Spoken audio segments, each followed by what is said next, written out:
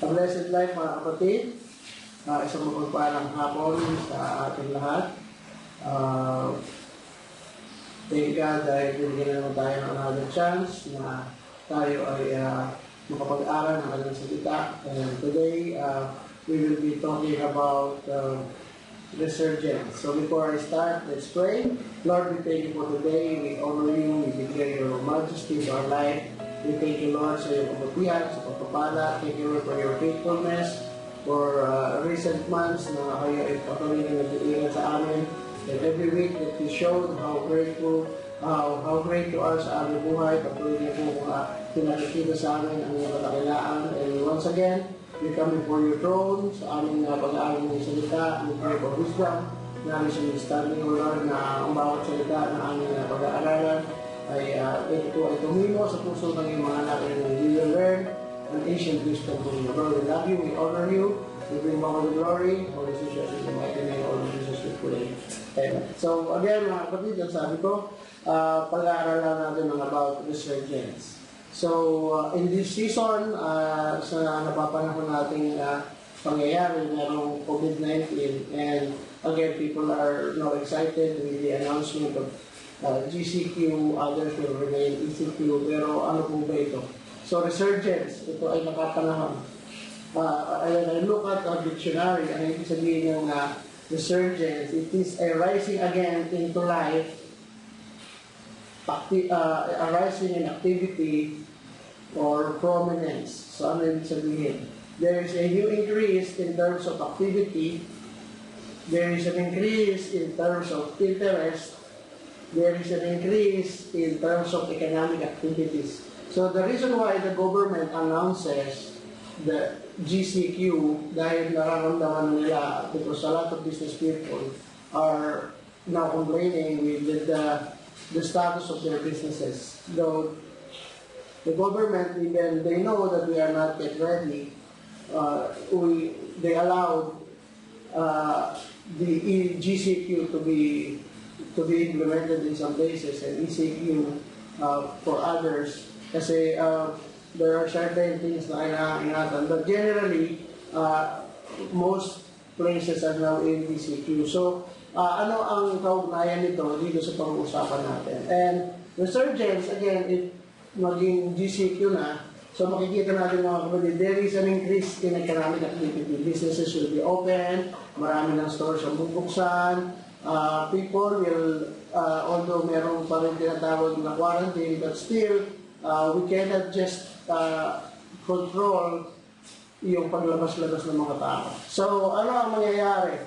Because people will want an enjoyment of everything here. Like, the entitlement mentality ng mga tao, gusto nila ganito, may experience na naman mag-malling, may experience na naman ang iba't ibang places, to try different kinds of gimmick, mga restaurants and everything. So people want to experience things. But in our conditions, wala namang masama na maranasan natin yung mga bagay na yan. However, in the current condition, with the COVID-19, people are blinded doon sa benefits of freedom, meaning the temporary freedom that the GCQ will bring. However, there is a worst effect, adverse effect nito sa mga tao na hindi nare-realize once Resurgence happens in this country. So as bilang tayo mga anak ng Diyos, ano ang gagawin natin? Ano yung pinaka-papel natin? So ano yung stand natin dito sa bagay na ito? So people are now blinded. They want to revitalize the economy, magkaroon ng revival, rejuvenation of everything. So gusto nila balik sa dati. However, hindi pa talaga, in my opinion, hindi pa talaga napapanahon because napakadelikado pa. There is a worse thing that could happen, like it happens in Singapore, the second wave na tinatawag, is much worse than the first wave. So, kung titignan natin, hindi lang mananampalataya, saan tayo nakatayo, ano yung ating stand over this. So, tignan natin yung sinasabi ng Bible. So, this will be our guide to how we would react or how we would respond in this coming season. So, buksan natin ang ating Bible in Jeremiah 16 and Jeremiah 6 rather, verses 16 and 17. Ang sabi dito, "Thus said the Lord, stand ye in the ways and see and ask for the old paths, where is the good way, and walk therein, and ye shall find rest for your soul. But they said, we will not walk therein." In 17, "Also I set watchmen over you, saying, hearken to the sound of the trumpet, but they said, we will not hearken." So mga kapatid, kung ating i-digest itong verse na ito, ang sabi doon, stand ye in the ways, meaning, no matter what we are doing, we have to stop, to stand, and think about it. Because in Jeremiah's mind, dito sa pagkakasulat niya, he compared those people as travelers. So, nung panahon na ito, i-compare niya yung mga tao sa travelers na that those travelers, those people has taken their chosen paths sa kanilang sarili. Meaning, taken self-chosen paths. So, may kanya-kanya silang pamamaraan, may kanya-kanya silang mga diskarte. However, in their journey, because they used their own chosen paths, they were able to meet false guide. So, maka-experience sila ng mga maling guide. So, ano nangyari? That leads them to a place of peril. Ano yung place of peril? Place of peril meaning a place wherein you are exposed to danger. A place wherein there is a serious and immediate danger. Kaya, ang sinasabi sa Jeremiah, sabi niya, we have to stand here in the ways, meaning, at the crossroads where we are right now, hindi natin alam kung saan tayo pupunta, we better stand in our way, meaning, we have to stop, we have to evaluate things kung saan direction tayo pupunta. Are we going to this direction or to this direction? Ngayon, in choosing the direction, we have to use, as Bible believers, as a kingdom people, we have to use kung ano yung compass na binigay sa atin ng Panginoon. And our compass is the Word of God. So, kung itutuloy natin, ang sabi niya, standing in the ways and see and ask for the old paths. So meaning, if we ask for the old paths, we are looking for the ancient wisdom. Ancient wisdoms are the best, or masasabi natin, ways that were applied and tested and becomes prosperous in terms of result. So, old paths are the good ways wherein people who are walk with them ay mga tao na nag-succeed. And sabi na, if we walk therein and we found kung ano yung tamang pamamaraan na to, we have to keep it and stick to it no matter what happens. And when we do that, kung tayo ay makakita ng paraan, a righteous way of doing things, we will be able to what? To find rest to our souls. People now, bakit sila parang pagod, lahat nagrereklamo, everybody are complaining, ganito ganyan, napapabayaan sila ng government, no one is looking for them because what? They are feel stressed sa kanilang mga trabaho, laging na sinasabi, no work, no pay kami, but on the other side, a lot of people are mas nagiging maayos ang buhay. God is showing them miracles from miracles, from breakthrough to another breakthrough. So, ano ang pagkakaiba? Nagkakaiba kasi on the chosen field, on the chosen path na sinasabi dito. So, kung babalikan natin, ang sabi dito, we have to see and ask for the old paths. Meaning, we have to inquire the kingdom way on how to make a decision. So, sino ba kung tayo ay magsisik at tayo ay mag-ask, kanino tayo magtatanong? Again, balikan natin, ang ating old paths. Sino ang mga gumamit ng ancient ways? Those are judges, those are kings, and even prophets. Use those old paths or the ancient wisdom that they succeeded in their journey during their time. So again, kung i-compare natin sa panahon ngayon, kaya ba natin magtiwala sa mga politicians in their ways? So I think babalik pa rin tayo doon sa older ways or doon sa old path, the ways that the Lord has taught us way back 100 centuries ago. So meaning mga kapatid, 100 years or a century or centuries ago. So we have to inquire with the judges and kings and prophets. So saan natin makukuha yun? So babalik pa rin tayo sa basics. We go back to basics, we have to read the Bible. So what? So that we can learn from the judges, from the kings, and from the prophets. Ano ang kailangan? Because their ways are distinct. We believe that we, as kingdom people, are distinct. So our ways should be distinct. So they are distinct. They are the way of righteousness. Their ways are of peace, and their ways are for health. So if we found, kung ito ay madidiscover natin mga kapatid, if we learn from those judges, the kings and prophets, their ways, ano ang pwede mangyari sa atin? We will end up what? We will find a prosperous ways of doing things. That we will be in full health. The people are now, ay natatakot ng mga tao kasi bakit? Kahit sino. Upon the GCQ on Monday, tomorrow, hindi na natin alam kung sino yung mga makakatabi natin. We will be exposed in a lot of things that we don't know.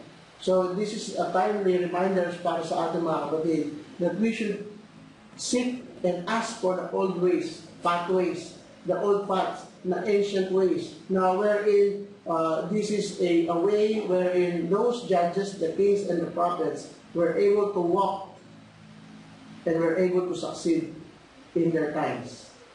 So they were, sabi nga, there's no new things on this world, wala nang bago. Mas matitindi pa yung mga pinagdaanan nila, but they were able to succeed. Why? Because they used the ancient wisdom. The ancient wisdom. So, but many people will choose to what? To travel in their own brand, in their own way, in their own style, in their own. But we have to be reminded that those ways will lead them to destruction, mga kapatid. So, hindi tayo dapat humalo sa karamihan. As we claim that we are distinct, so are ways. So, yung ating mga pamamaraan should be distinct. And even our mindset should be distinct among them. So, balik tayo dito sa sinasabi ng Bible that we should seek and ask for the old paths. And in verse 17, ang sabi dito, if we read, and I also sent watchmen over you, saying, hearken to the sound of the trumpet, but they said, we will not hearken. So mga kapatid, watchmen on those times, sa bawat lugar ay hindi nawawala ang watchmen. Why? Because they are the one watching for a future or any danger, upcoming danger na pwede makarating. Any invasion, watchmen are 24/7 nanonood sila sa paligid. They are up in their position to see, to look. So we, as believers of Christ, as servant of the King, we should be a watchman na dapat nakabukas ang ating mga mata 24/7, that we see everything na hindi natin pwedeng balawalain ang mga pangyayari, ang mga bagay. Those facts are now sinasabi na ng mga expert and even in abroad that the second wave ay mas delikado, especially with our facilities right now. And we as believers, so paano ba natin? Maraming tao ang nababalisa. And even believers, sometimes ay nababalisa din. Marami rin sa atin ang nababalisa. Pero ano ang pangako ng Panginoon sa atin?